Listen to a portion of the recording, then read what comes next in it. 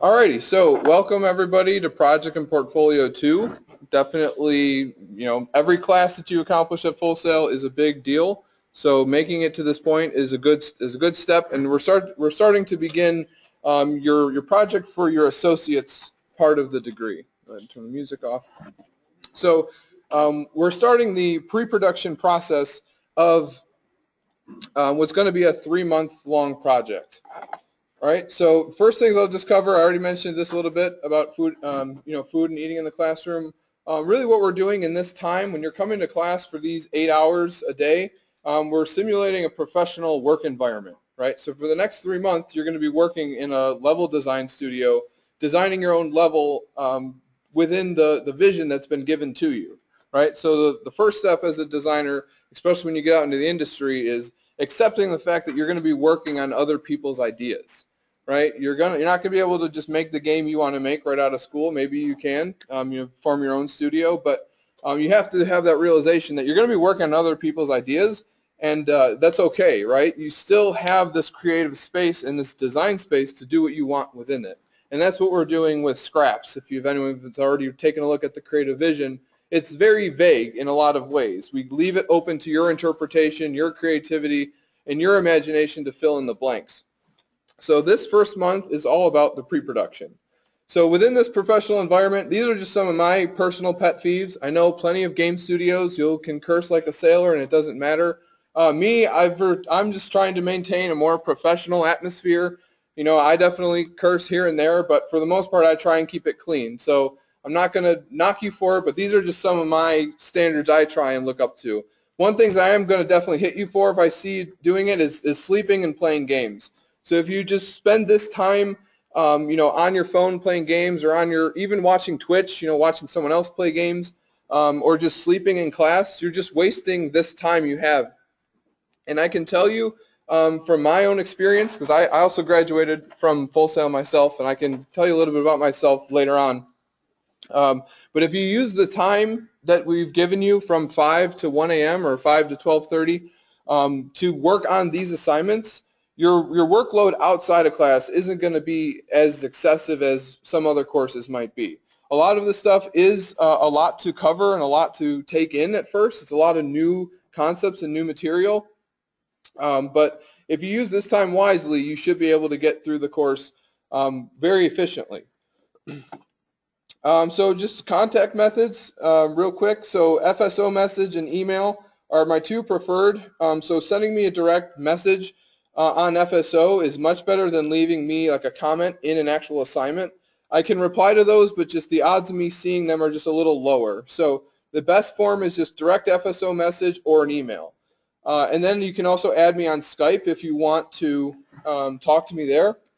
It's usually just, a quick response, or you're having trouble with something. I can see the Skype message as well. And there's my phone extension. You can call that if you want to, but really the message and email are the best way. All right, so I talked a little bit about, that this is the first month of this process. And now to break down just this month individually, we'll talk about this flow right here.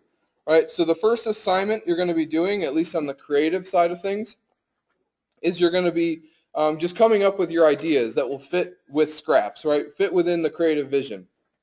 Once you generate all these ideas, you're going to consolidate them into just a short and concise 2-page level design document. You're not making a 200-page game design document. You're focusing on just one level inside of this game, right? So it's very short and organized and clear. Then from there, you're going to be building a flow chart, right? So you're probably thinking, all right, game design 1, I know these flow charts like the back of my hand.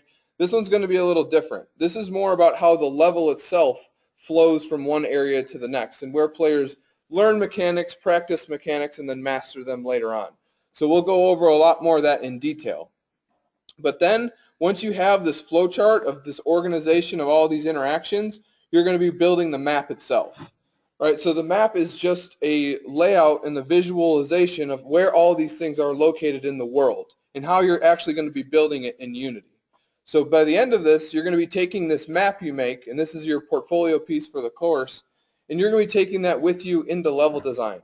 And in level design, you're going to be building that actual design you've made, all the mechanics, all the functionality. You're going to get to work yourself. So this month is all the pre-production. Level design is all the production, right? You're actually building everything and just worried about functionality. They don't care at all about aesthetics. They don't want to see any user feedback yet. They just want to see it working. Then you'll come back to Des 3, where you'll be ending up as a team, but that's the polish month. So it's the 3 months, pre-production, production, and then polish. And everything so far is going to be individual. So this course and level design, you're going to be all working as individuals, but alongside each other. So you'll see what the others are doing and how you can start to visualize how you can build off of each other. And then after level design, you're going to come together as a team, right? So you'll take all of your levels that are just small individual pieces and connect them as one whole to make one large level for a user to play through. So I want to give you that little overview so that way you can see this big picture rather than, okay, why do I have to come up with this many ideas? Why do I have to come up with these mechanics? What's the point? I want you to understand that everything you're going to be designing, you're going to be building in the future. So keep that in the back of your mind.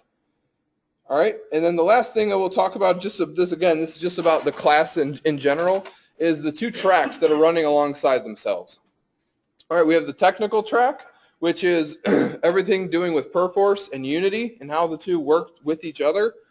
Because part of it, if you design this awesome level, which this is the creative track, right? All of this right here is the creative concepts. If you can create an amazing level, but you can't get a trigger volume to work in Unity, you're not ready to actually build that level. So you have to demonstrate the skills that you can build this, or at least showcase some of the skills to build it, as well as design something worth building. So there's 2 things going on at the same time throughout the month. A good thing to remember too is the technical assignments, and this month is a little different because of the Wednesday-Friday schedule. But the technical assignments are always going to be due at the end of the week. Or for you guys, I think I'm going to be moving most of the stuff to like Saturday evening or maybe Sunday even, seeing how everything breaks down. You guys have enough time for each assignment. So the technical stuff is always going to be due at the end of the week, and the creative stuff will be at the beginning of the week or towards the beginning. So we will be reviewing them in class. So just keep that in mind. You'll be balancing those 2 sets of skills. All right, so today what we're first going to be covering is Perforce and the setup of it. So this might be pretty dry for some. You may also feel a little bit overwhelmed with this. That's totally okay, right? We're going to have time to practice and use it. We're just going to be covering the concepts. So if you feel comfortable, if you use it in design tools and like, oh, this feels normal to me, I understand this, you can try and follow along with what I'm doing. If not, if you still are very foreign to what Perforce actually is, I recommend just taking notes during this. But I'm recording all of this as well as I have some other recordings of previous lectures that all of this will be in video. So that doesn't mean that you can just ignore me and refer to the videos, because I'm always trying to give new ways of delivering this material. All right. Before I forget too, I'm just going to go over FSO because Perforce is tied into this class in a very significant way. So you'll see everything on FSO is numbered, right? Starting at the beginning. So don't even look at this weights. I wish I could just delete this so you don't even see this. Just start here and work your way down. Get everything completed, read everything, even if it's just making sure that you've completed something or read something, just do it and work your way down the list. You'll also notice that everything is open right now. So if you want to look ahead at what you're going to be doing, or you want to work on something that's going to be in week 3 or 4, it's open to you. Again, the ILAs are just labeled ILA, and those are tied to your attendance. All right? And then, so when we're getting into Perforce, I'll refer back to that, and you'll see that some of these numbered ones that actually have the weights to them, you'll see these exactly labeled the exact same in Perforce. So in terms of what you're actually submitting to FSO, it's just going to be your ILA assignments. Everything else you're going to be submitting to me through Perforce. And the reason why, and this is exactly from another student, and I love this line, was you guys aren't going to be using FSO when you get a job, right? So I want you guys to be spending as much time as possible in Perforce and submitting your assignments through there, so you've proved that you can submit something to the depot and I can get it and play through it. So we're going to be using Perforce exclusively, and really just the ILAs you'll be turning in or working on FSO. All right, so right when you open up Perforce, this is the window that you're going to first see. All right, so here you're going to type in the server address, and for all of you guys, all the campus students, this is the address right here, gdnperforce.fullsail.edu:1337. And no, this is not a coincidence. That was chosen. And real quickly, if you're an online student, we've got Josh here with us. Your server is the exact same, but instead of Perforce, it's the word resource. So I'll put that there for you, Josh, and I'll also throw it in the chat. Then I'm going to go back to this one that we're going to be working on. So they're an exact mirror of each other. We just have two different servers. All right. So here, your user, you should have gotten an announcement. I set up all of your accounts already. Everything before the @ sign of your Full Sail email is going to be your username. Right. So if it's, you know, Demon Slayers 456, that's going to be your Perforce username, right? Everything before the @ sign. So make sure you fill that in there. And now the workspace, right? This may be something that you remember from design tools. I know you guys didn't actually connect to a server. You were just creating your own, pretty much your own server on your own local machine. We're going to be setting up a workspace. And what this is, and it's really important to understand, and definitely bear with me because some of this is kind of dry and boring, is this is just a location on your computer. Everything doing with game engines and with version control is all about file location, right? Where those files are located on your computer actually matters, right? So actually keep that in mind where these are located.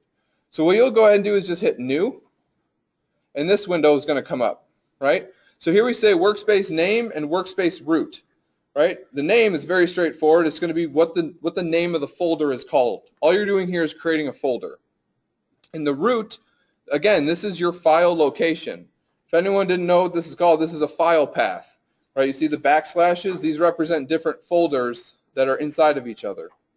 So what you want to do, because Perforce will just give you like your username / the name of your computer and then like some random numbers, just go ahead and delete the name.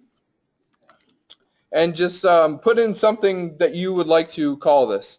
We recommend like your first name, but those might be all taken up. You could do like first name, last initial. You can even do your first name and then do like IND2. You know, just something so you actually don't do the class. Do like something like this if you want to be more specific. Right? Because this is going to be a location for where your workspace is located. In theory, you could use this the rest of the time that you're a student here because you're going to be using this in multiple classes. And you'll notice as you type in here, notice how the root is changing as well. Right? So you have to make sure the name and the root match, right? Because all this is a folder. You can also hit Browse if you'd like and then just navigate to wherever you'd like it and then create your folder in there and then basically just select that folder. Once that's set up, you're going to hit OK. I'm just going to cancel out because I already have mine set up, but now you should have a workspace popped in there. If it asks for a password, this might be your question, is if a password popped up, your password is right now is set to password. So you go ahead and sign in and I can show you how to change that. All right, so I'm going to go ahead and hit OK. And Josh, you're asking why is resource chosen in the name GDN resource? It's because it actually started as a resource repository where we just had all of our assets, but it just became a separate server for different classes. All right, so now you get signed in, hopefully you're getting to this point where you're now seeing the interface, and it should look something like this, I'm guessing, is what your layout might look like, okay? So you'll see these two tabs up here, and you won't see as many folders as me. Yours will be much less. But you'll see the depot and the workspace. So does anybody have a guess as to what the depot means and what the workspace means? The depot is basically the server, the function server, and the workspace is your own computer. Yep, exactly. So the depot is the server that everybody sees, right? Everyone will see the exact same thing on the depot. And the workspace is just a location on your computer, right? Your own copy of the depot, right? You'll see this file path here. Another good hint to remember this is take a look at the color of these folders, right? The depot, they're all blue, right? Then the workspace, they're all that manila color. It's the same as one of these folders down here, right? It would be in a Finder window or a File Explorer. God, that was a Mac term. So basically, what you want to first do is get all of your files onto the depot to the workspace, right? So we want to copy files that are on the depot onto our workspace. Anybody have a guess as to what we would do, what command we would use to do that? No? Mark for add would be adding files to the depot. Yep, get latest revision. All right. So what you guys first want to do when you get set up here, and I recommend doing this now before everyone starts adding things, is you should see IND 229, and now inside IND 229 you should see a 1702 folder. Does someone see that folder? Yes. You see that folder? Okay, good. It means your permissions are set up correctly. All right. So in here, you want to go ahead and get latest revision. So for me, it's not telling me any files are updated because I already have those. But down here, it should say there's 4 or 5 files updated down here in your log. All right. So what that actually did was copied those files over to your workspace. So you should now see the 1702 file in your workspace. And Perforce has this really nice command that Unity also has, which is called Show in Explorer. Right? So it's Control-Shift-S for the shortcut if you find yourself using this a lot.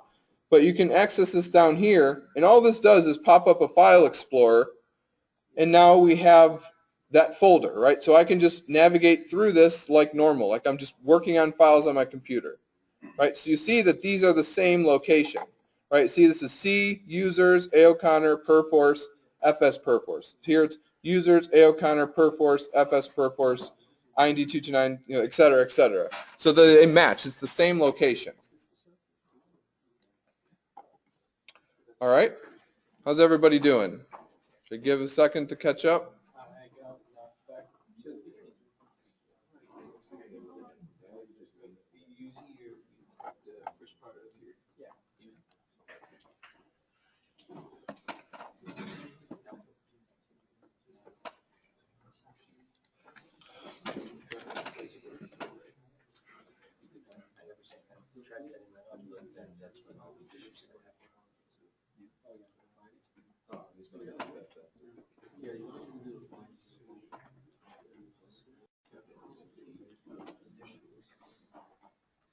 So a little about this folder structure. Now inside 1702, you'll see these 2 folders here, compiled and working.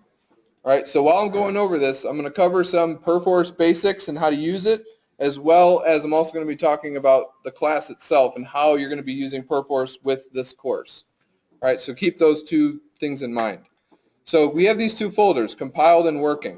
Inside compiled, we have all of your assignments, right? If you look in FSO, you'll see that these are going to be named the exact same, right? So we have your visuals, that's going to be right here, project setup and visuals, brainstorming and LDD, that's right here, and they're all numbered just like you're going to see them in FSO. So when you turn in these assignments, they're going to go into these folders. Someone's already marked it for delete. Santiago, is that Santiago? I think it is. Is that you? Yep. All right. Good. I'm actually glad you did that because this brings up a really good example. So just don't hit submit. All right. So you'll see that these match exactly, right? So compiled, remember compiled is where you're going to submit your assignments as long as Santiago doesn't delete the folder on you guys. So working, this is where you're going to be actually working on your assignments, okay? So a lot of this class, and what's up? He's having a hard time logging in. For some reason, Alrighty, so like I was saying, the working folder is where you're going to be actually working on your assignments. So a lot of this class is going to be about forming habits, right? So I can't grade you on that specifically. I mean, I could in theory, but I'm not going to be that thorough and grade you on how often you're submitting your assignments. I'm just going to let you do it how often you'd like, And you may run into an issue sometime where you're going to change your habits on your own. I know some people that would want to avoid submitting their work to the depot, and they go 6 or 7 days, then they try and submit it or something happens, right? Your computer crashes or you just lose your work because you weren't confident in how to use Perforce, and now it's gone, right? You've lost all that progress you've made. When all you need to do is submit to Perforce every 2 hours, every 4 hours, even every day. Once a day is better than once a week, right? So a lot of this class is just getting in the habit of using it, feeling comfortable with it, and getting ready to work on an actual project, right? Because you're going to have a lot of these little assignments that are separate. So if you make a huge mistake and you can't get Perforce to work for the visuals assignment, that's okay. You got plenty of time to get it ready and working for your entryway. So everything is separate and contained. So really do your best this month to practice using it and know that if something breaks or you delete something on accident, it's not a big deal, right? You just want to learn and feel comfortable with this tool. All right, so if your window looks like this, there's this little side panel that you can pull out and drag from here. If it's not there, you can go to View, and this will show you all of your different tabs here. Really the only ones you're going to want to have open are your history, and if you see them when I hit View and nothing pops up, it's because it's just docked over to the side. Make sure you just grab and pull it. All right, so you want your history and your pending change lists. Right, so it'd be View, History, and Pending Change List. These two you definitely want to have open. All right, so if your pending change list filter looks something like this, where you just see everybody's change list, this is unnecessary, right? You don't need to see every single person's change list that they're working on their files. So you can go to this little filter here and do User, and you just drop down and do Current User, and then Workspace, Current Workspace. All right, that'll just show you your workspaces on this computer as this user. So what that means is that if you want to have, say you have a desktop computer that you like to work on at home, or you have another laptop you prefer to work on, feel free to set up Perforce on there, and you'll just have a different workspace on each computer, but you can practice getting files back and forth on the different computers. So you can have multiple workspaces with one user. All right, but this will show you just what's on our computer. All right, so let's go ahead and practice adding a file to the depot. All right, that's the first thing that we're going to want to set up and do. So if I go ahead and just use the Show and Explore, so I'm going to select the working folder and do Control-Shift-S. All right, now I can just come to this like normal. And here's this Donald Trump example folder. Let's go ahead and just create a new folder inside our working folder. I'm just going to call this last name, first name. Okay? Now I got my folder in here. Next thing I'm going to do, super exciting, I'm going to add a text file. I'm going to call this last name, first name, contact info.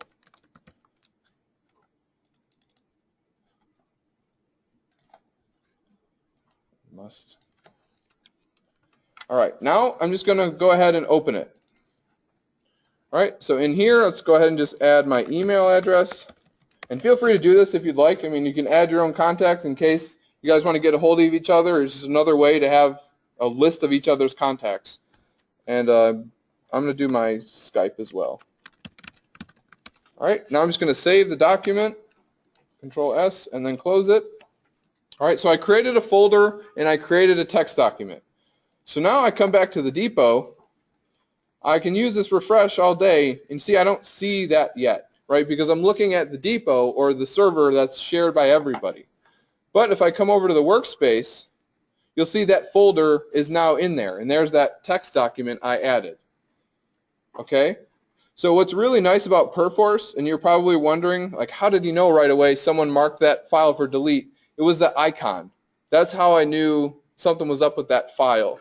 So I don't know if it's pretty easy, pretty good to see up there. See how this new text file I have is just a little blank piece of paper, right? And then this one down here has a piece of paper with lines on it and a green dot with a blue X.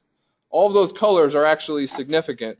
And if you, this is in the first assignment, but there's this Perforce user manual that's right from them.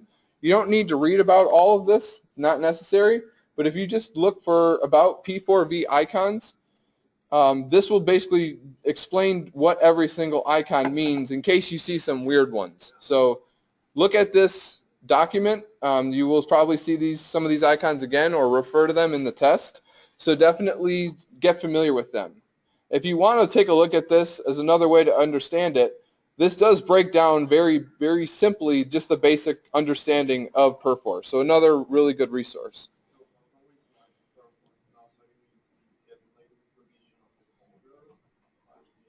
That means it's probably because you already did that. All right, well, let me go ahead. What I'm going to cover next will definitely get you caught up or get you your solution, your issue fixed. So we've got this file, right, and I want to add it to the depot. Okay, I want to add it to the depot so everybody can have my contact info. So what you can do is right-click on the file and hit Mark for Add. Right, so in Perforce, there's lots of ways to do the same thing. You can also hit this, click this Add button up here. You'll see when you select different files, you'll have different options depending on what you can do with that. Right, so I can just select this file and hit Mark for Add. Okay, this window is going to pop up. All right, this is not a place you can type. This is just basically displaying your change list. If you had a description already written in here, it would show it. If this box is starting to annoy you, feel free to just turn this off and you don't need to see this. But basically you could add it to multiple, or not multiple, add it to a different change list if you'd like to, but you always can stick with the default. And now you're probably asking, what the hell is a change list? What is he even talking about? Right, a change list is just a list of instructions that you're going to be giving to Perforce. Okay, I really like the analogy of, think of this as your shopping cart when you go to the grocery store. Right, it's just they're sitting there, they're in that cart, they're in this space, but you haven't yet paid for them until you go to the checkout and actually pay for them, right, and submit this. So that's what you're doing here. When you hit submit, you're actually adding it to the depot. So we can take, we could just leave the store and leave our groceries there. We could put everything back and leave. We don't actually have to pay for anything yet, right? But when you hit Mark for Add, that doesn't mean you're adding it to the depot. You're adding it to a list, okay? And then with that list, you can submit that to the depot itself. So understanding those terms, when I say Mark for Add, we're adding it to a list. So when I say submit, we're submitting that list to Perforce.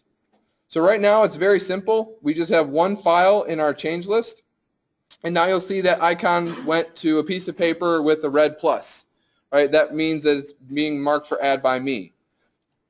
So now I can right-click on the change list. This is my preferred method. You can do plenty of things. You could click on the file and hit submit. You can right-click on the file and hit submit. You can right-click on the file over here and hit submit. Totally plenty of ways to do it. They're all acceptable. My personal preference, I like to select the change list and hit submit, just because that way it's going to submit all the files in the list and not just part of them. Okay, so now this window comes up where you have to write a description. If you try and submit, Perforce won't let you until you write something in here. So that doesn't mean you should just write something like I just said. You actually want to be descriptive with this. And yes, some of these that we're going to be doing in the beginning are very straightforward and stupid, like, checking out a text file, adding something. It's just for practice. But when you're working on a script or working on a scene, these revisions will become so handy when you have 30 revisions of a scene. You're like, okay, something broke, but I know at this date, at this certain time, it was working. If you have a clear description, you'll know immediately which change that was. So just get in the habit, again, forming a habit of taking this kind of stuff seriously. So I'm just going to say adding contact info and then submit. If you hit save, watch that, I'll go ahead and hit save. It just saves it here in a change list, but I haven't yet submitted. You have to hit the submit button. So when I hit submit, see, it just basically saves that text I wrote. So make sure you always hit the submit button. Now you'll see the icon changes to a piece of paper with a green circle, and now if I look in the depot, I see a bunch of people have already done it as well. You've got my file there as well as everyone else that's been working on it. All right, and it looks like, okay, you're still having that issue. So now I'm going to go ahead and show you a way to correct that mistake in case you do mark something for delete. Okay, so very common. This commonly happens in the course where it's just just not understanding at first, or you're just moving so fast that it's bound to happen, right? But it's important that you just stop and take a step back before you finally submit something, or you just start to do things that you're not sure of, because it's always, as long as it's on the depot, we can always get it back. It's not a big deal, right? So say I showed up late to the class, or I come in the next day and I go to 1702 and I do get latest revision, right? Perforce tells me, okay, here's 10 files, 10 new files. So now I go and look at those, okay, in 1702, right? So now in here I'm like, oh shoot, I've got all these files now. I don't need these. I just wanted mine. I didn't mean to do that. So very commonly, you want to delete them. People will come to the working folder or to whatever folder they want and hit mark for delete. All right, so I'm going to go ahead and mark for delete. So now I have everybody's files marked for delete that everyone just submitted. Right, so see they're in my change list right now. Right, but it's not a big deal as long as I don't submit them. Right, so what you want to do from here, if you ever get files in a list that you don't want, right, you're at the grocery store and you have things in your cart that you don't want anymore, yes, you could walk away, but the right thing to do is put everything back, right, to revert it back to how it originally was. So you'll see if you select the change list itself, we have this revert files. Right, this is your undo. This is going to pull everything out of the change list. We'll talk more about revert unchanged files next week, but think about revert files is everything. Every file in the list is going to come out. Revert unchanged is just the files that are different, but we'll show examples of that in the future. So revert files, when I do this, it's going to give you this prompt, do I want to revert all of them? And I do, so I'm going to hit revert. Now that's pulled out, right? Now my change list is empty. You'll see these are no longer marked for delete by me.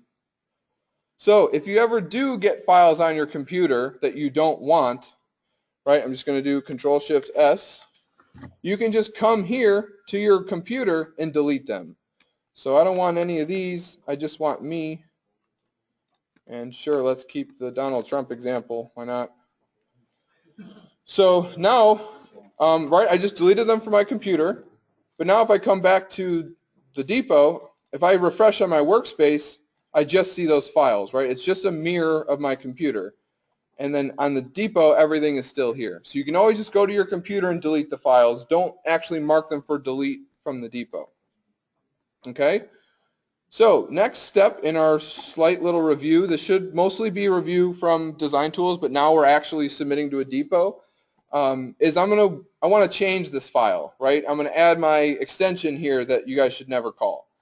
So what you can do is check out the file. This is what you want to do before you work on anything, right? So we're just working with a text file right now, but think about this in terms of a Unity project and all of the pieces that makes up a Unity project, right? You have your scene, your scripts, your prefabs, your materials. You have all these working parts that you want to check them out first before you even start working on them, right? So I'm going to check out this text file. Again, this window that's really annoying, just saying what file, which list you want to add it to. Default's okay. Right, so now you'll see there's a red check mark next to this file. For you guys, it will show up as a blue check mark because that means that someone else has it checked out. But now I can actually edit this file. So one quick thing, I'm going to undo that quick. Let me show you a little bit about what's actually going on in the folder or in this file, because you're probably asking yourself, why can't I just change it and then submit it later? I'll show you what's actually happening when you check out that file. So bear with me because this is really boring. But if you look at the properties of this file, notice that it's marked as read-only, right? So Perforce has this file marked as read-only, so it doesn't want any other program to change it without Perforce's permission, right? So I'm going to close this. Now I'm going to come back over here and check this out. I'm going to come and look at my exciting file again. And now you'll see that read-only is now checked off, right? It's now a writable file. It can be edited. So some programs will let you just change the file anyways. Others will warn you. Others won't let you change it at all. So it's always a good habit to check out the file you want to work on first before you work on it, right? So now that's the case. I'm going to open it up and say extension and then save it. Come back to Perforce and then submit.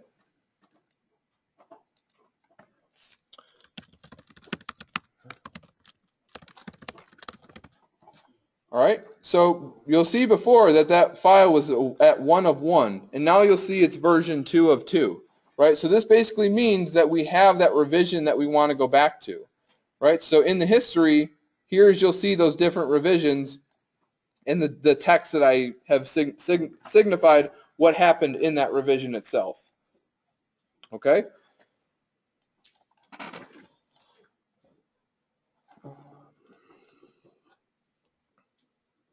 All right, so the next thing I'll cover, and this might not be something you don't use for a little while in the future, but I always like to give you guys information, and then you'll run into the problem later, and then we can work through it and remind you and just reiterate on those same concepts.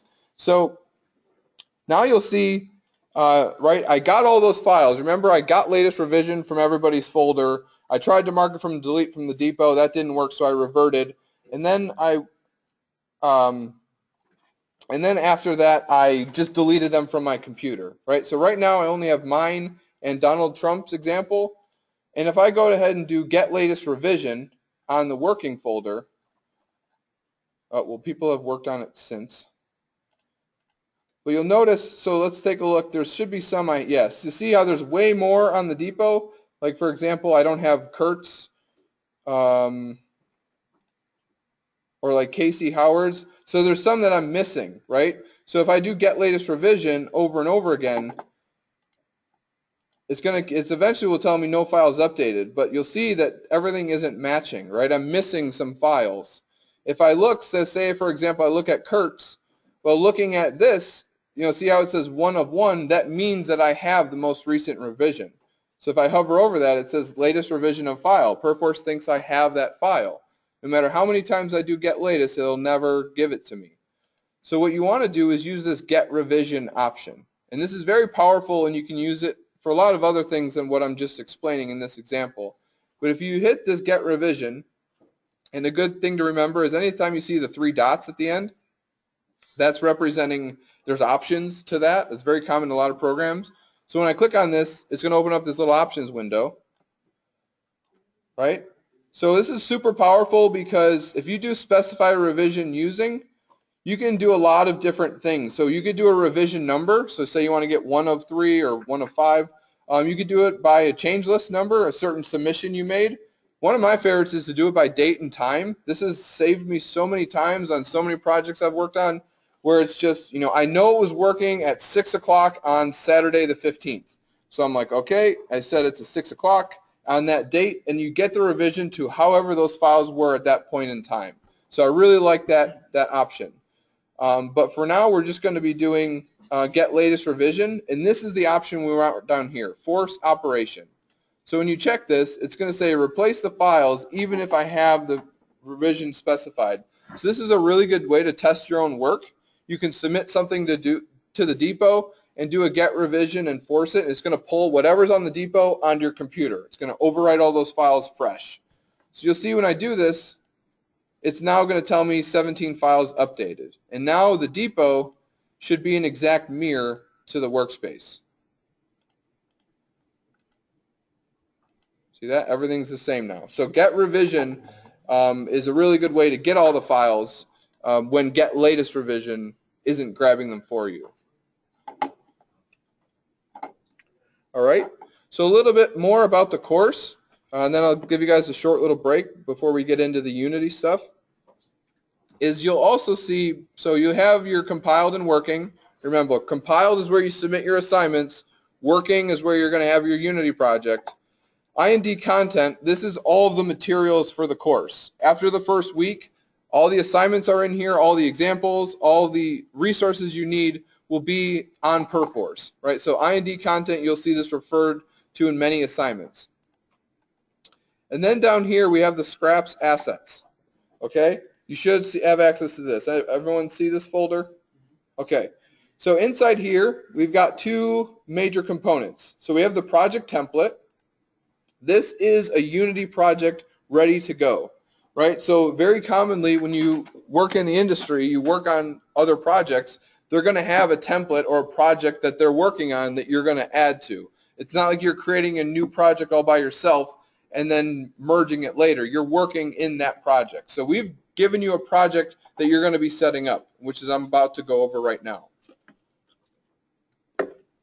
Then we have the Scraps Asset Depot. Okay, all this is just a compilation of all of the assets that we've gathered through some interns we've had, through free websites, through basically anything we could find that fits within the Scraps vision, as well as some things that we've made ourselves. So all of these are broken down into Unity packages. So you can just import them into Unity to get a feel for what they actually are. This one at the top, though, you don't want to import this. Okay, so this .exe, hopefully you're familiar with what an executable is. If not, you will be by 7 o'clock. You can run this as a standalone application. So if I can just double click on this asset demo, because I have it already, you have your options here.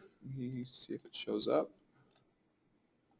So all this is this basically our preview mode for you guys. It's what we have right now is basically all the assets in the Asset Depot.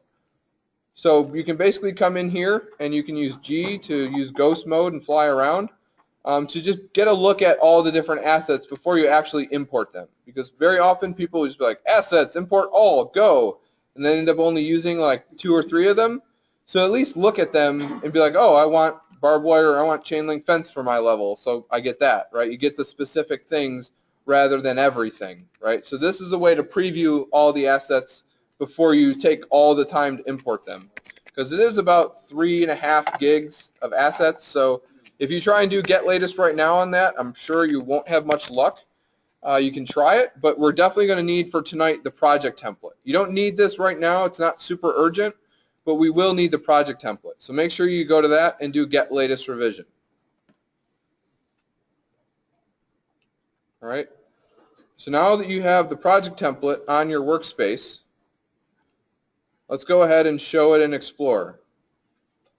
Okay, so here is the project template. If you look inside, we have our assets and our project settings. These are just 2 of the folders that make up a Unity project. Okay, so what I'm going to go over now is very advanced, so stay with me.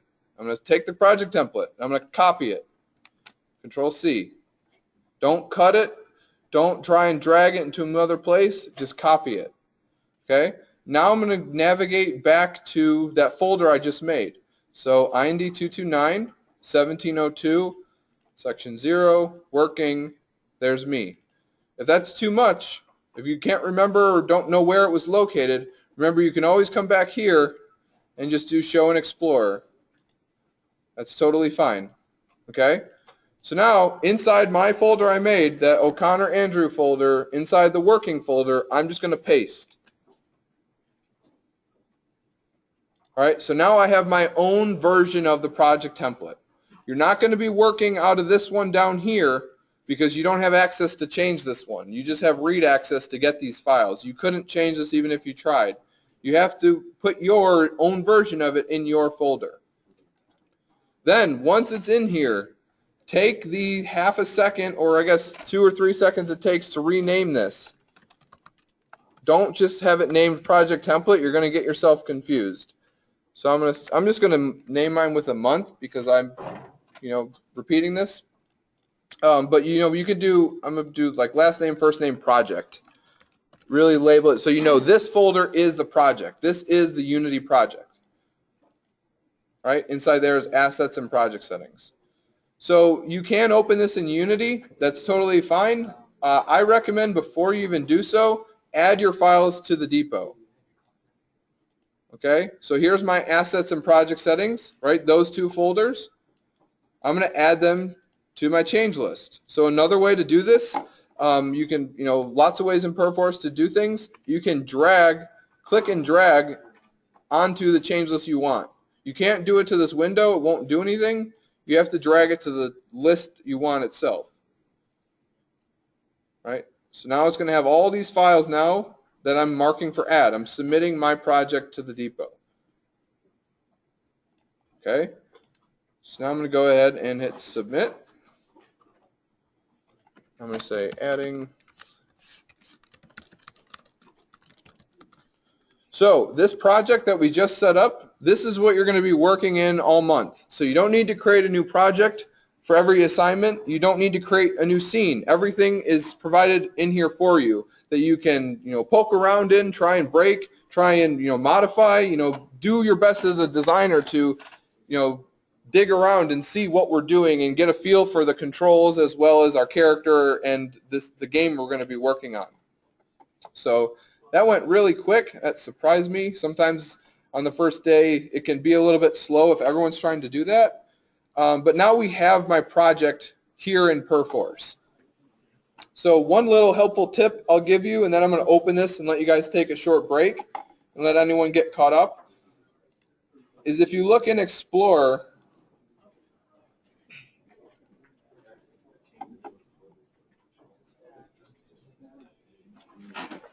you'll find yourself pretty often navigating through these folders over and over again.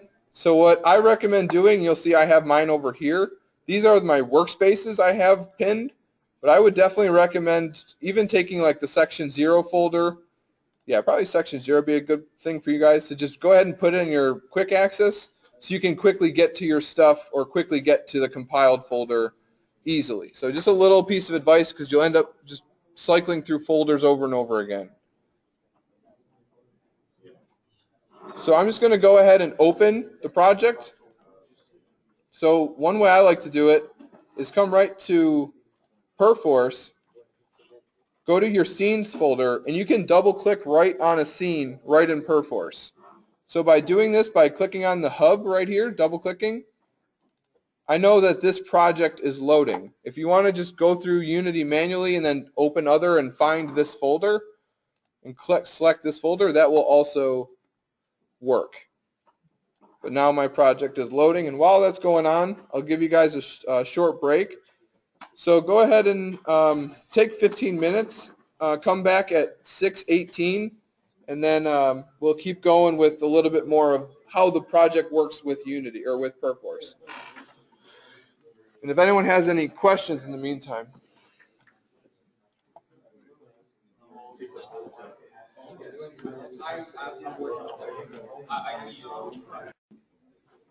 All right, so you'll see in the assignment, right, the project setup, there's lots of parts, right? So step 1, get Windows. Everyone's already got that. Step 2, set up Perforce. We've already done that part. Step 3, set up Unity, which we just did, setting up our Unity project, right? Copying the project template, putting it in your folder. That's step 3. All of this work is leading up to actually do the assignment, which is the visuals part of this, okay? So this link right here will link you to the actual assignment itself. I've got some references for you, some other resources that you can utilize. Really, this assignment is mostly just a barometer to see where you're at with your skills with Unity, mostly just placing objects and recreating a scene. So if you look on FSO in the announcements, and I actually don't think I covered this, but I use the announcements a lot for everything. There's just, if I need to just let the class know something, if something was delayed or, we need to reschedule, I'll always just post it in the announcements. So be familiar with these. Know that announcements are different than notifications. I know some students are confused about them, but I really use these for a lot. You've probably already seen, already seen them. And this is the image you guys are going to be working towards for your visuals, okay? So really what you want to be focusing on for this, and don't be like, oh my God, I need to make this whole scene. I'm not even an artist. Focus on the major structures and getting your proportions, getting the scale down. It feels natural to the character. The stairs aren't the size of the character and things are just not believable. As well as just starting to get comfortable choosing some textures and applying materials onto objects.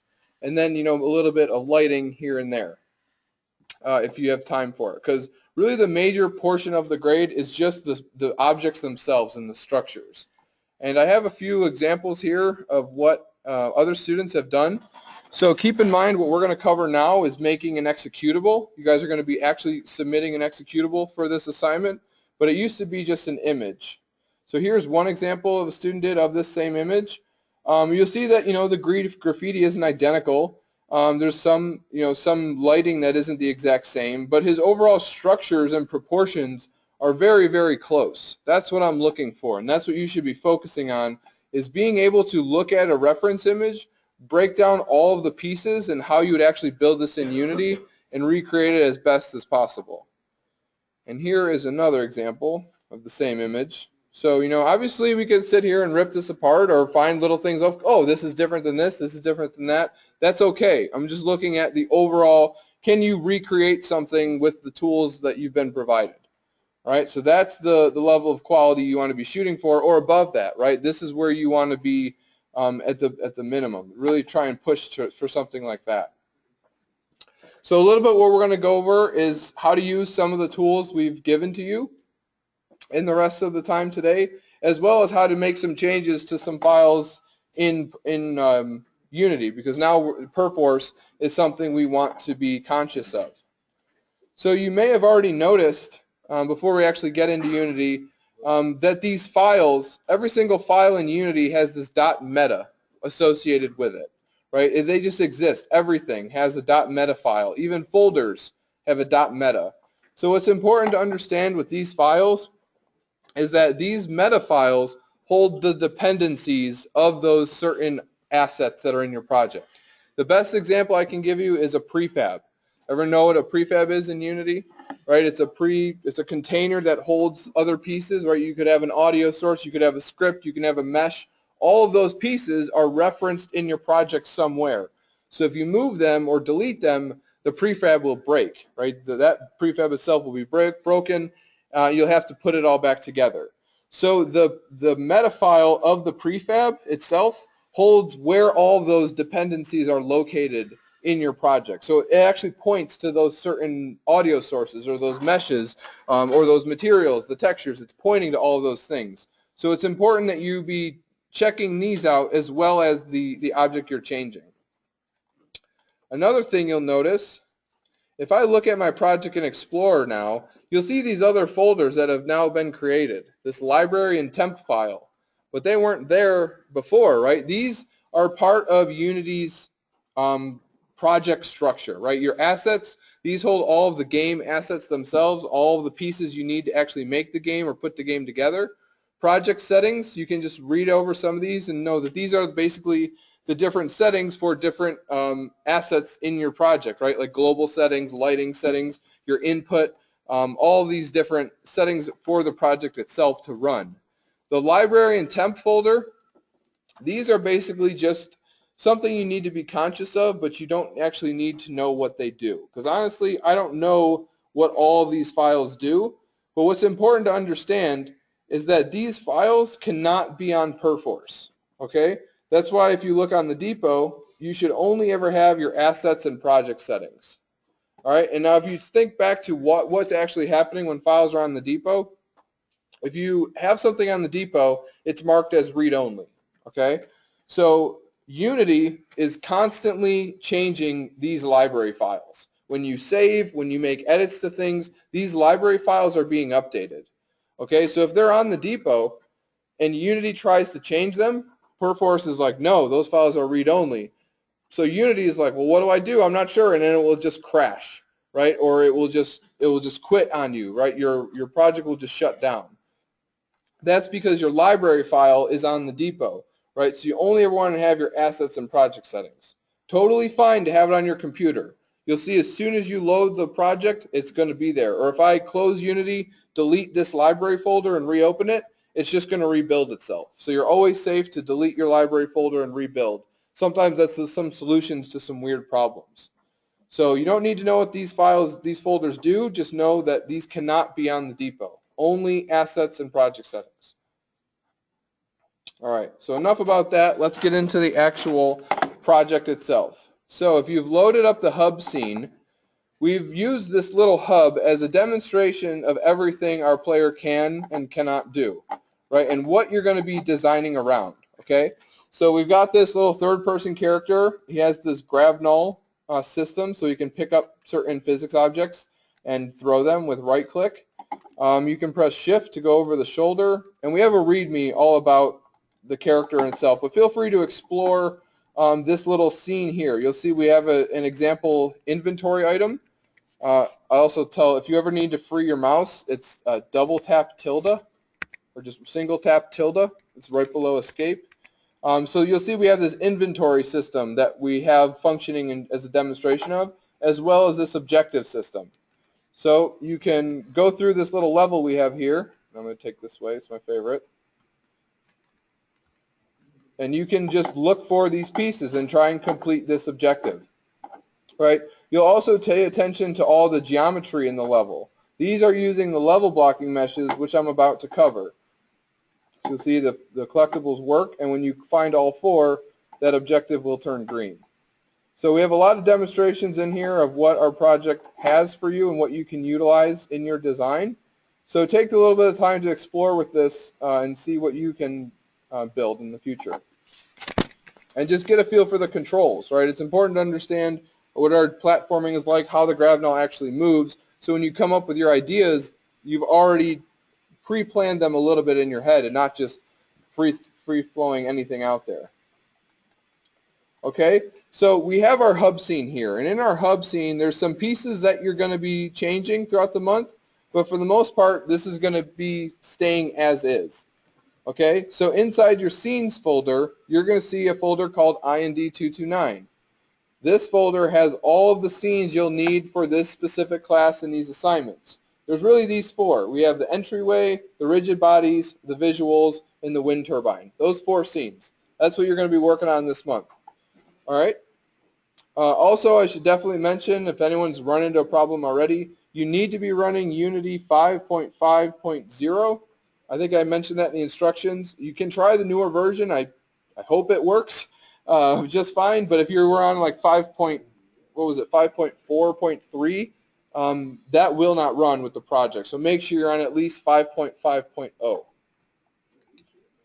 Which it's not the newest version, but that is the guaranteed works with our project because it was a transition we made last month. All right, so if you weren't already familiar, back in Unity 5.3, about almost 2 years ago, they gave us the ability for multi-scene editing. Okay, so what that means is you're able to view and look at multiple scenes at once. Before, you'd have to just double click on the scene, work on this scene, and then go back and forth. And it was really a pain to get scenes to line up or to get objects to line up how you wanted to, right? Because games like Crackdown, Assassin's Creed, GTA, really big, Skyrim, big games like that, that's not one scene. That's multiple scenes that they're loading in and out dynamically as the player's close by, right? So they can break them up in smaller chunks. That's what we're going to be doing in your project. Everybody's, each student on each team is going to have their own scene, and they're going to be connective additively, and you'll never even tell they're separate scenes. So let me open up the hub again. So to do editing to multiple scenes, all you need to do is take the additional scene you want, and a really good rule of advice is make sure the hub is at the top. The reason being is the camera that's in the scene, but just make sure the hub is at the top of the list. And you just want to drag your scene, so I'm going to take the visual scene, and drag it into my hierarchy. Right, now you'll see both scenes are right next to each other lined up, so I can make sure that they connect how I want them to.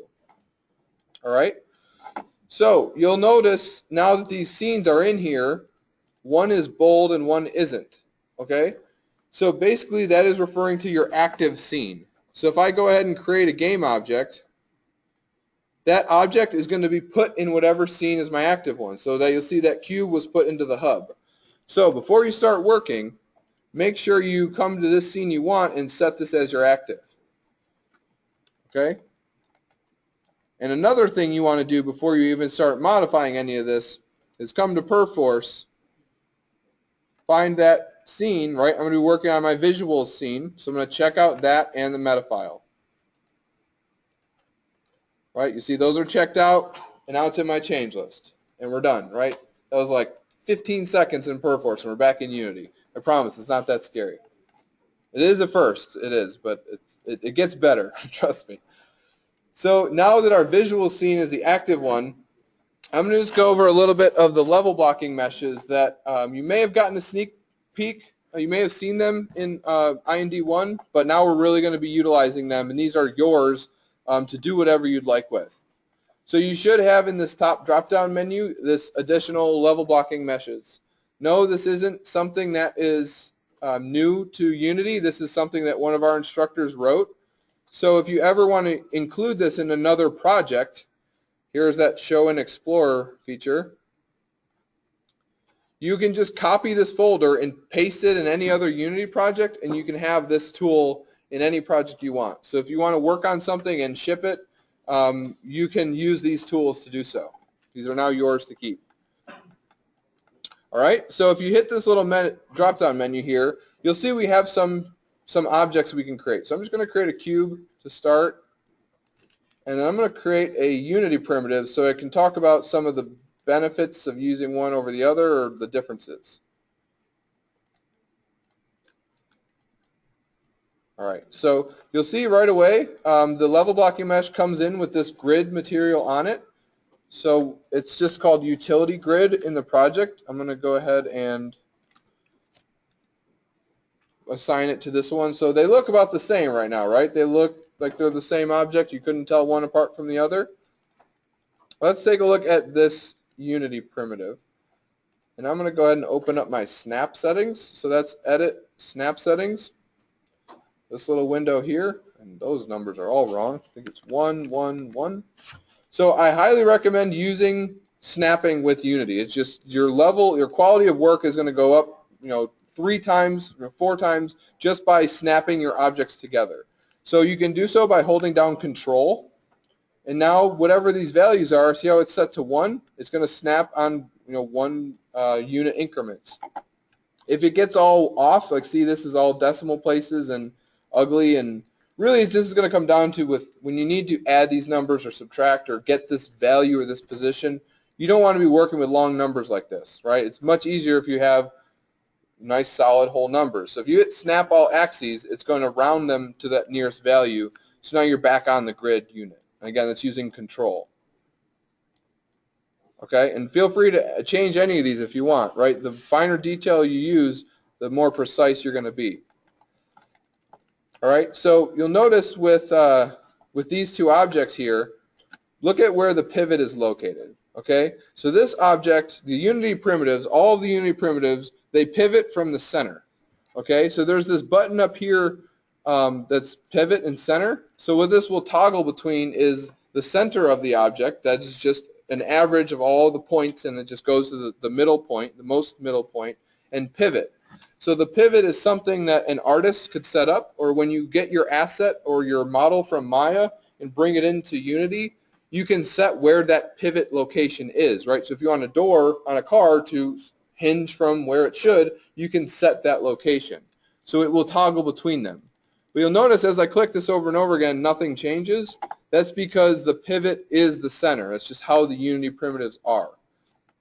But if we look at the level blocking mesh, obviously right now the center is on the center of the object. If I hit this and go to the pivot, notice that this is now on the corner.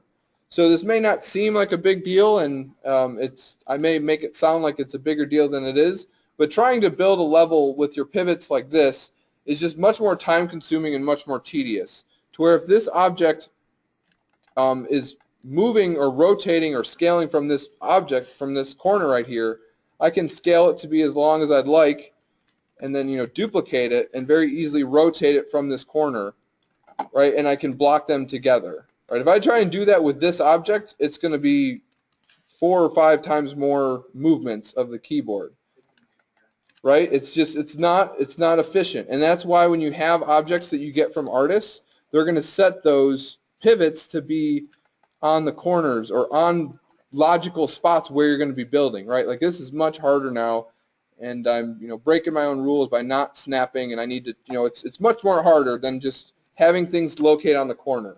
And if I ever need to, I can have it pivot from the center if I need that option. So that's one really nice feature. Another thing that you're probably noticing now as I made these, one, you probably noticed this little pink ball on the corner, but also look at these textures as I made these objects, something other than just a simple 1x1 cube. With the Unity primitives, and if anyone's familiar with what UVs are, or the coordinates of the actual faces on a 2D plane,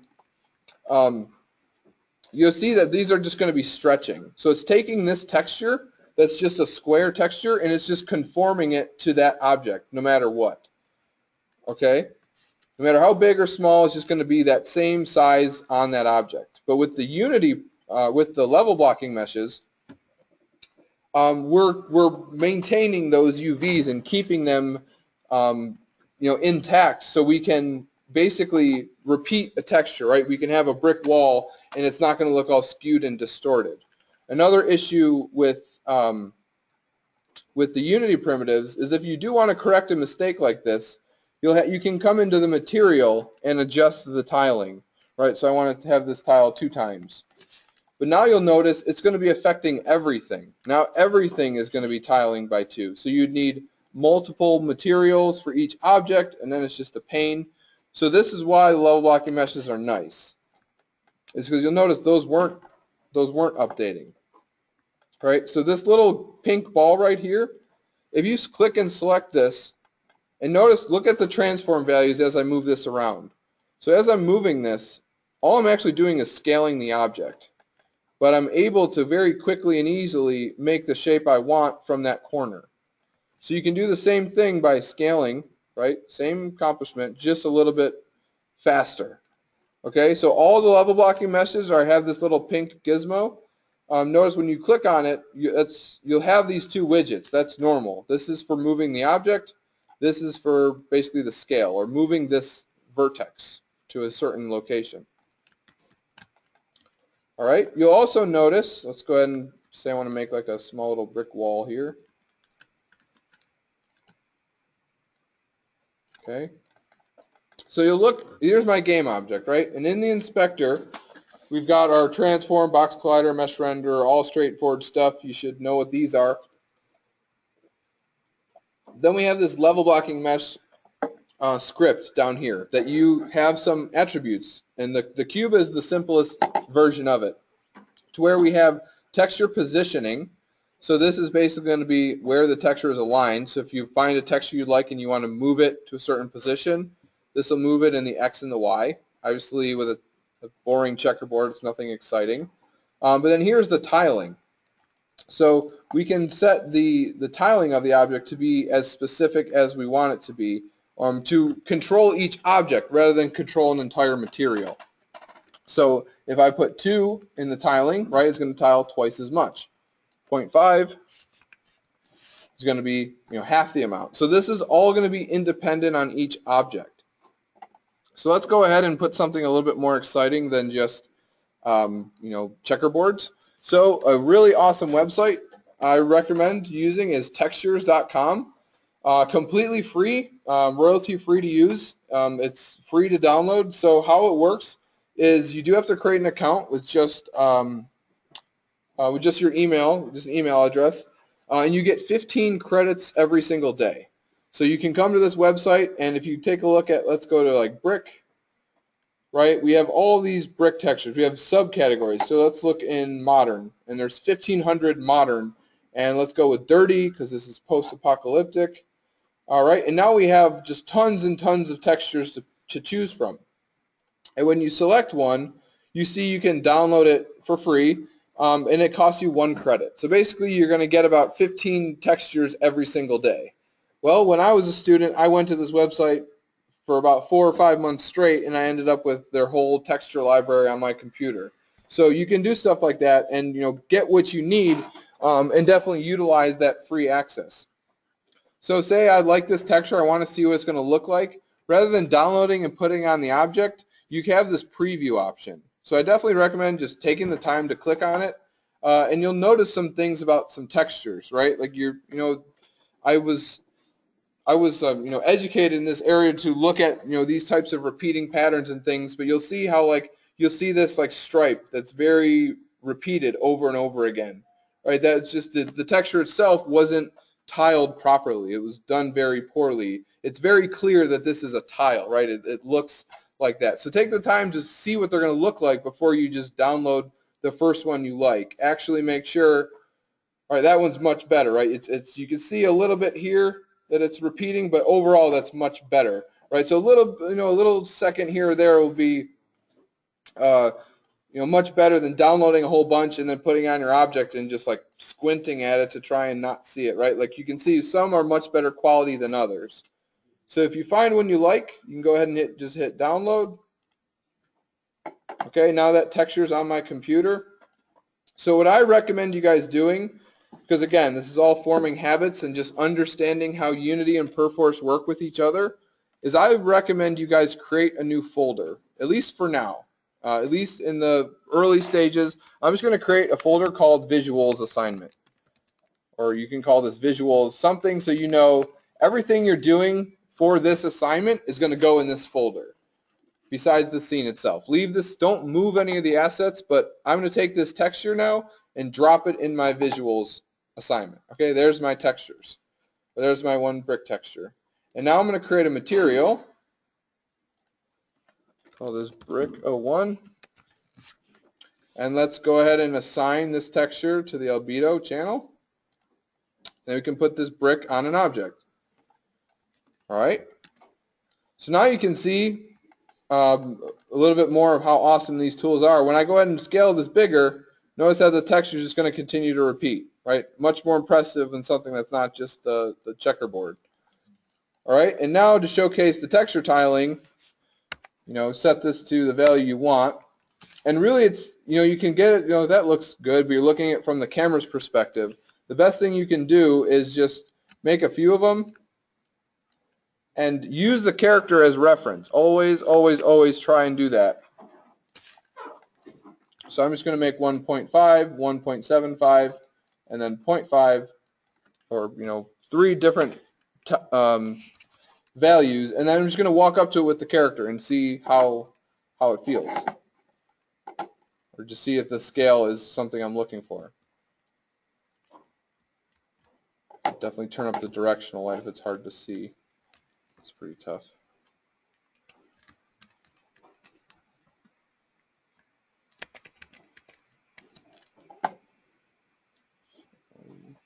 Yeah, feel free to make any little small changes like this. I'm just going to turn this up a little bit more. I also have another texture on my desktop that I had downloaded. So you'll find some on there that are, is this it?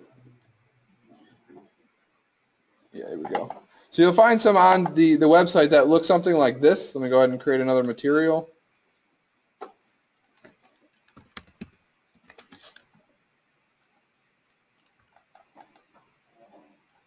All right, so you'll see a texture that looks like this, right? So these are really, really nice to utilize, but you'll notice with this is it's going to start to get some of that candy caning or striping, as I like to refer to it as, right? As your wall gets bigger, you can tell that it's only meant to tile one direction, right? This is meant to fit on the wall up and down and only tile left and right forever, right? So in order to compensate for that, right, say you want to have a wall that's 2 units high, right, look at your scale value, right? We have a scale value of 2, right? So for your texture tiling, you want to take the inverse of that, right? So 2, that would be 0.5. So, 1 divided by whatever your scale value is. So 0.5 and 0.5. And now that texture is going to fit, uniformly to that object. If it's 3 units, it would be 0.3333. All right. So, yeah, so these ones are really, really nice to go on this way forever, as well as this is when the positioning may actually come into play. All right, so enough about cubes. Let's talk about something a little bit more exciting, because the same concepts apply. So the slope is really nice, as well as the wedge. Right, so these are basically the small little like triangle type shapes that you can use as like ramps, or you could use these as colliders. Again, they all have this little pink ball to make any shape that you'd like to.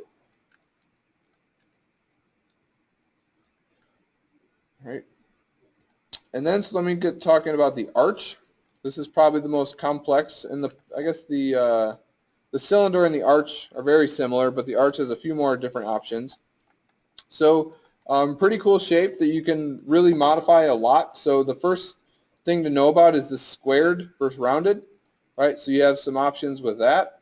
The sections, this is the number of faces around. So you can, 6, you can count the edges, 1, 2, 3, 4, 5, 6, right? So if you want it to be smoother, you want to increase this. But be careful, don't go crazy with this, right? If it's a really large pipe the player is walking through, it makes sense to put more geometry. But if it's a small little pipe on the wall, you don't need it to be very expensive and taxing in terms of your geometry. The radius, this is the actual distance of the arch itself. So these sliders are pretty finicky because the controls are so big. So I recommend typing in values. So this is the distance of the arch itself. The start and bend angle, this is how you can make, different shapes. So instead of just, if I wanted to make a complete circle, it'd just be 360. And now I have a complete pipe that you could, walk through or have broken, or, you have this type of shape. And then the width is the overall thickness of the arch itself, right? So the radius is the distance from the center to the arch, and then the thickness, or the width, is the actual thickness. So this 0.5 will just make a fatter pipe. So yeah, you can really modify these, and you can do like, different shapes like this with different sections. So a lot of different options you have with these different shapes to utilize.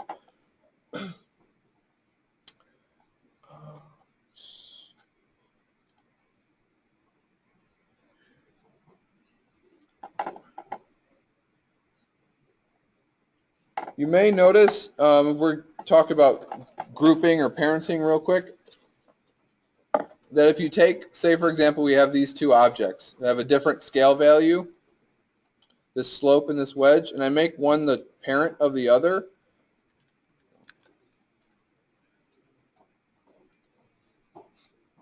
didn't do it.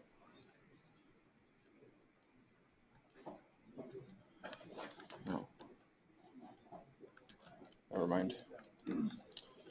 What's good to know though is you want to keep your scale values clean from each other, because if I go ahead and take my cube and make it the parent of another cube, see that how the material is going to start to distort, right? Because it's inheriting the scale value from its parent. So you always want to better to make an empty game object and put them inside rather than just parent the objects together. All right, so really the goal of the assignment is to accomplish what's in the image provided to you. And you'll also notice this little platform down here. So you're going to basically move this to the location of where you want the player to stand to recreate that shot. So you're not going to create a camera. You're not going to actually move the camera into place. You're just going to create this little pedestal for me as a player to just come and walk up to. So you're going to submit this, basically what I'm playing right now, and I'm going to come stand on this, press shift, and get a shot of what your scene will look like. All right. So the last thing I'm going to cover before I let you guys go on break is actually making an executable. All right. So I'm going to go ahead and save my scene. And let's go ahead and go to Perforce and submit my files, because I checked out that scene while I was working on it. So it's a good habit to check it out before you start actually working on the scene. And then remember, there was some stuff I added, right? If I go to here's my visuals assignment, here are those materials and the textures I found. So I'm just going to take those files, drag them into my change list. And here's also this little meta file. See, I can tell right away by the icon this isn't added, so I'm also going to add that. That's just the meta file for the folder. So I'm going to hit submit. I'm going to say working on visuals assignment, and then hit submit. All right, so my progress is saved. If I lose my work or if something happens to my computer, I have it to go back on. So if you submit your work to Perforce, we can always get it back. But if you work on it all weekend and then come to me on Monday or on Wednesday and say, I had it, but it's all gone, I was like, did you submit it to Perforce? And if the answer is yes, we can get it back. But if not, then it may be lost. So always just get in the habit of doing it as often as you can. All right, so what I covered before, this is the multi-scene editing, right? We're just editing scenes here. This has nothing to do with how it's run in the game. So to make a build, the first thing that you want to adjust is the build settings, okay? So this is in my project settings, so I'm just going to come here to project settings and editor build settings. It is an asset file. I'm going to check that out. Okay, and now in here I need to include the scenes that I want, right? So think about this as this is every single scene in your game, right? The main menu scene, you have your tutorial scene, you have level 1 through 10, you have your credits scene, you have your game over. Every single scene that you want in your game is going to be in this list. This has nothing to do with them being loaded at the same time. It just says all these scenes are included in the executable. So with both scenes open, you can go ahead and hit add open scenes. You can also, take your scenes from here and drag them into here. That's also acceptable. And we don't need this student name. So, you can include it and you can also delete it if you want. So it's this function delete on your keyboard. But you want to make sure you have the hub and you want to make sure you have the visuals, right? Those are the scenes in my executable. Okay, I'm not going to hit build yet because there's another thing we need to change. In the hub scene, there's this object called AsCore Level Manager. So this is important, so make sure you pay attention to this. In here, this small script, very simple script, all it's doing here is using the scene manager function, the API that Unity has, to just load scenes additively. Okay, so in the hub, we're loading another scene, right? So in here, we want this to match the name of our scene. So before I do it, before I change anything, I'm going to check out the hub, right? Because that's what I'm going to be editing, is the hub and the object in it. So check out the hub. And now in here, I'm just going to replace and put the exact name. So ind2 underscore visuals. It has to match exactly, right? Because you can't just drag and drop. This is just referring to a string of text, right? And you'll see if you change this to like 4, or God, not 41. This is basically going to be your projects as a team, right? This will be Billy's level, Susie, Johnny. Each level will be loaded that way. Right now, we're just getting practice using the system. Then you can use it in your project. So now, with that being said, right, I have that level manager changed and edited. I'm going to save the scene, and let's go ahead and save the project. Okay, and now I'm going to go to make a build. So I'm going to go build settings, got my 2 scenes, and I'm going to hit build. Okay, now it's asking where do you want to build. So you can throw it on your desktop or wherever you'd like, but remember everything's going to end up in the compiled folder. So go to your visuals, right to the compiled folder, create a new folder in here. You could do this beforehand if you want, and all the assignments are just going to be last name, first name, name of the assignment. So I'm going to select this folder and then name my executable. Again, last name, first name, name of the assignment. And then save. Mine should be pretty quick because these scenes are pretty light. But now the next step is before you submit it, take the time to test it. Make sure both scenes are included. Make sure the character isn't broken. Make sure everything is running accordingly.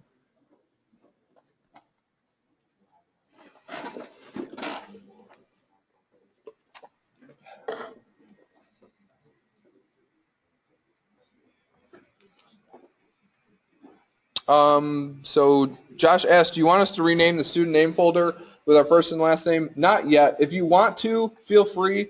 We're not going to really utilize that. That's more for level design. But yeah, that's if you want to start putting your assets in that organized folder, that's more than fine with me. He's referring to, I can't move it, this folder here.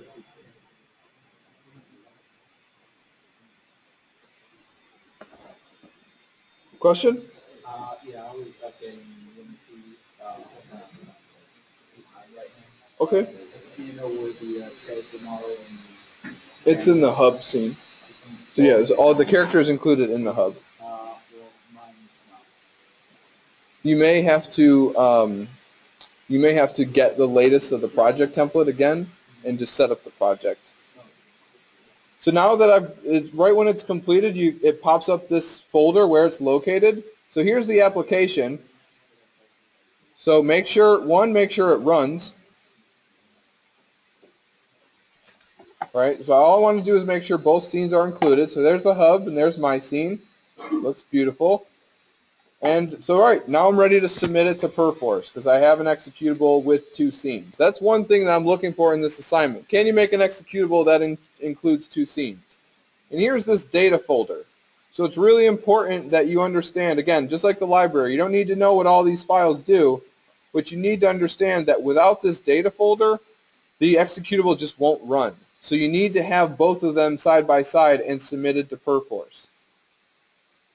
So there's my changes to there, and now I'm going to go to my compiled folder, visuals. There's my folder.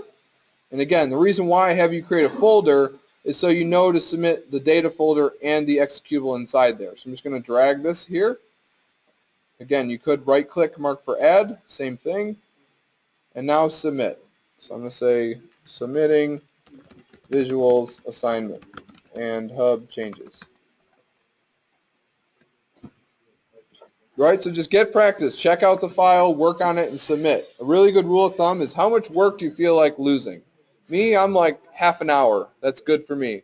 More than that, I kick myself if I lose an hour or 2 hours worth of work. So I tend to try and submit to Perforce every half hour. So I know nothing will ever go wrong in a longer chunk of time than that. Right, so now just to show you, if you don't have this, or if I try and grade your scene without the visuals, without the data folder, and I run it, this is what you're going to get. So be sure to remember, I can at any time delete it off my computer, go to Perforce, get revision, force operation to get it back, and test exactly what I just submitted.